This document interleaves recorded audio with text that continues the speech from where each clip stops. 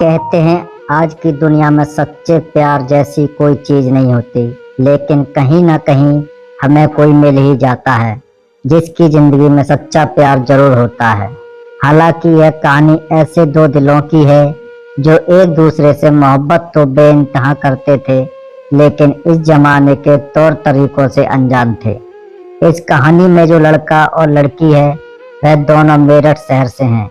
वह दोनों एक ही स्कूल में पढ़ते थे जहां उनकी पहली मुलाकात भी हुई। वह पहली बार एक दूसरे से छठी कक्षा में मिले और पहली बार जब दोनों मिले तो नीलेश बहुत रोया, क्योंकि उसे ना जाने क्यों पर लड़कियों से बहुत डर लगता था। और उनकी कक्षा की अध्यापिका ने निधि और नीलेश को एक साथ बिठा दिया था। हालांकि निधि पर इस बात का कोई फर्क नहीं पड़ा, क्योंकि उसे समझ ही नहीं आया कि नीलेश रो क्यों रहा है। फिर वह दोनों रोज कक्षा में मिलते थे, लेकिन प्यार और दोस्ती जैसी दोनों में कोई बात नहीं थी। दोनों एक साथ बैठते जरूर थे, पर बच्चों जैसे ही लड़ते थे और आपस में बिल्कुल बात नहीं करते थे। जब छठी कक्षा की परीक्षाओं का वक्त आया, तब उस समय दोनों अलग अलग कुर्सियों पर रोल नंबर के हिसाब से बैठे थे। दोनों ने अपने जवाब समय से पहले पूरे कर लिए थे। फिर दोनों ने एक दूसरे की तरफ देखा और दोनों एक दूसरे की आंखों में देखने लगे।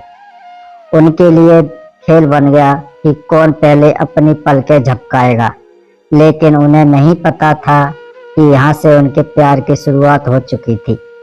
फिर हर परीक्षा में दोनों अपना जवाब जल्द से जल्द खत्म करते और एक दूसरे की आंखों में देखते रहते। जब दोनों 7वीं कक्षा में आए तो उनकी सीट बदल चुकी थी। अब वह एक साथ नहीं बैठते थे, लेकिन दोनों को पलक झपकने वाला खेल भी खेलना था और यह भी ध्यान रखना था कि कोई उन्हें देख ना पाए।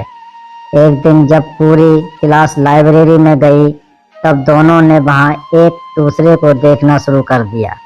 कुछ महीने यूं ही लाइब्रेरी में ऐसा ही चलता रहा। एक बार लाइब्रेरी की अध्यापिका ने उन्हें ऐसा करते देख लिया और दोनों को खूब डांटा, लेकिन वह दोनों कहाँ मानने वाले थे। दोनों बचपन से जिद्दी जो थे। दोनों एक दूसरे से प्यार तो करने लगे थे, लेकिन प्यार का एहसास उन्हें नहीं हो पाया था। यह खेल उनका 10वीं कक्षा तक चलता रहा। नीलेश काफी डरपोक था। वह अपनी बात कहने से हमेशा घबराता। निधि क्योंकि एक लड़की थी, तो वह पहले कैसे कहती कि वह नीलेश को पसंद करती है। समय बीता और नीलेश ने कॉमर्स को चुना और निधि ने साइंस को। नीलेश पढ़ने में एक साधारण बच्चा था और हर मुसीबत का हल उसे झूठ बोलना ही लगता था। जब भी वह किसी मुसीबत में होता तो वह बस किसी तरह उससे बचने की ही सोचता था, लेकिन उसे कहाँ मालूम था कि यही वजह एक दिन उसे निधि से हमेशा के लिए दूर कर देगी। हालांकि निधि पढ़ाई में काफी तेज थी। दोनों पूरे 2 साल तक ना तो मिले और ना ही एक दूसरे से बात की। फिर 12वीं कक्षा खत्म होने के बाद नीलेश ने जयपुर के कॉलेज में दाखिला लिया। यह बात जब निधि को पता चली तो उसने नीलेश को कॉल किया और निधि की आवाज़ सुन नीलेश बहुत खुश हुआ। फिर दोनों मिले और दोनों ने एक दूसरे को बताया कि दोनों एक दूसरे से कितना प्यार करते हैं। फिर निधि ने नीलेश के बारे में अपने पिता को बताया। नीलेश ने भी निधि के पिता से मिलकर उन्हें अपने बारे में बताया। निधि के पिता ने कहा, दोनों एक दूसरे से आधे घंटे से ज़्यादा फोन पे बात नहीं करेंगे। वह नहीं चाहते कि उनकी बेटी की पढ़ाई पर कोई असर पड़े। नीलेश ने उनका कहना माना और जयपुर रहकर अपनी पढ़ाई करने लगा। निधि का कॉलेज मेरठ में ही था, इसलिए नीलेश जब भी मेरठ आता वह दोनों जरूर मिलते थे। नीलेश को बचपन से ही एक बड़ा व्यापारी बनना था। वह सही गलत में फर्क नहीं करता था और जब निधि उसे समझाने की कोशिश करती थी तब भी वह नहीं समझता था। नीलेश ने बीबीए के 3रे साल में ही परीक्षा छोड़ दी थी और वह एक व्यापार में लग गया। हालांकि निधि को यह बात नहीं पता थी। कि उसने पढ़ाई छोड़ दी है। ना ही नीलेश ने उसे यह बात कभी बताई, क्योंकि उसे मालूम था कि अगर निधि को यह बात पता लगेगी तो उसे बहुत डांट पड़ेगी। कुछ महीने ऐसा ही चलता रहा। जब निधि को पता चला कि नीलेश अपने व्यापार पर ज़्यादा ध्यान दे रहा है, तो निधि ने नीलेश से उसके बारे में पूछा। नीलेश ने बड़ी बड़ी बातें करके निधि को समझाया कि जल्दी उसके पास सब कुछ होगा और उन दोनों की जिंदगी बड़े आराम से कटेगी। वह हर जगह घूमने जाएंगे और मजे करेंगे।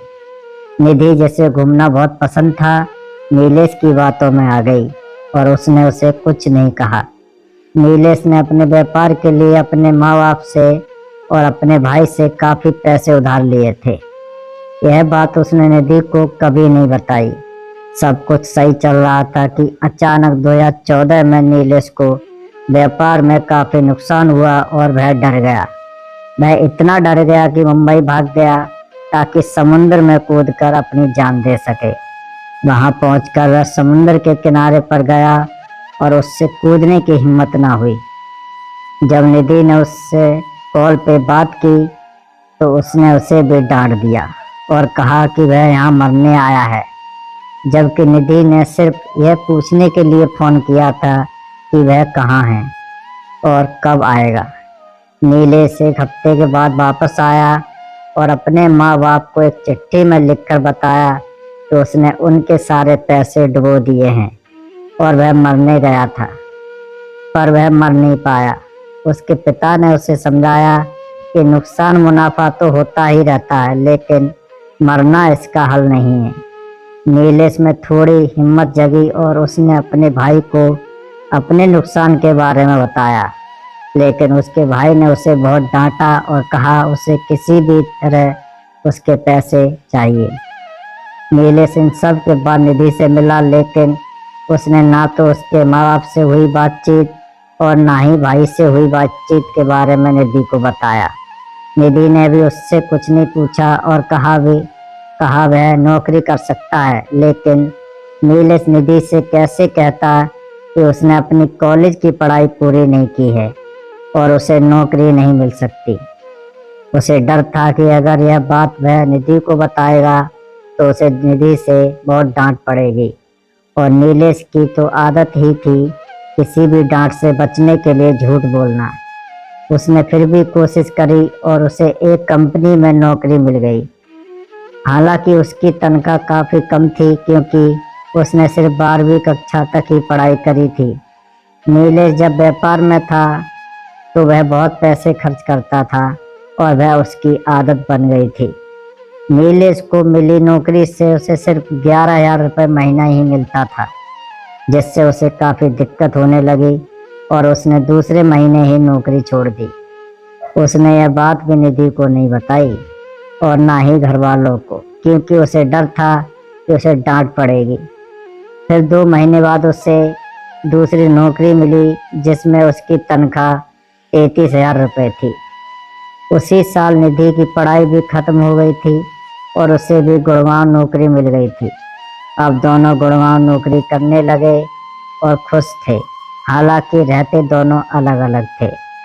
नीलेश की नौकरी का समय रात